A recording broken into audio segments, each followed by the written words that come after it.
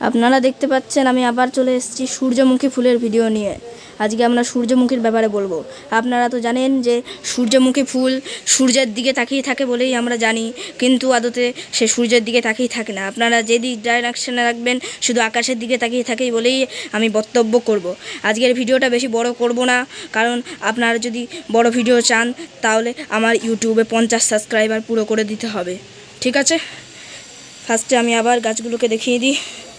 দেখুন, এই পপি গাছটার ভিডিও তুলেছিলাম, কত বড় হয়ে গেছে পপি গাছের ফুলগুলো। কিন্তু আমি আজকে পপি গাছের সম্বন্ধে বানাবো না, আজকে আমি বানাবো এই সূর্যমুখী ফুলটার ব্যাপারে।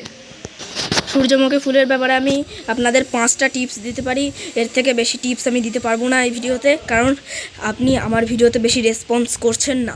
ঠিক আছে, আমি শুরু করছি 5টা টিপস দেওয়া। ভিডিওটা ভালো লাগলে অবশ্যই লাইক করবেন, আর চ্যানেলটাকে নতুন হলে তারা সাবস্ক্রাইব করে দেবেন, তাহলেই আমার হয়ে যাবে। সূর্যমুখী ফুল বড় করতে গেলে আস্তে আস্তে মাটি খুঁড়ে তাতে ফুলটা লাগিয়ে দিতে হয়।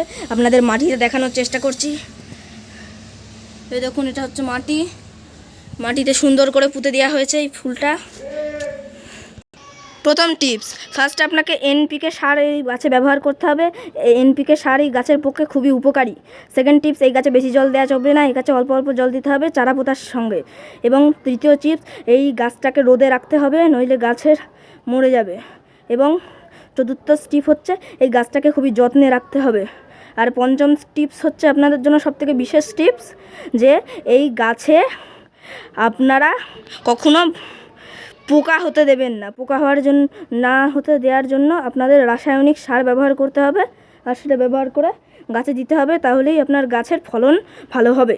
আজকের ভিডিও এইটুখানি। ভালো ভিডিও লাগলে আমি আবার বললাম যেগুলো, সেগুলো করে দেবেন, তাহলেই আমার কাজ চলে যাবে। ঠিক আছে, আজকের জন্য বাই বাই।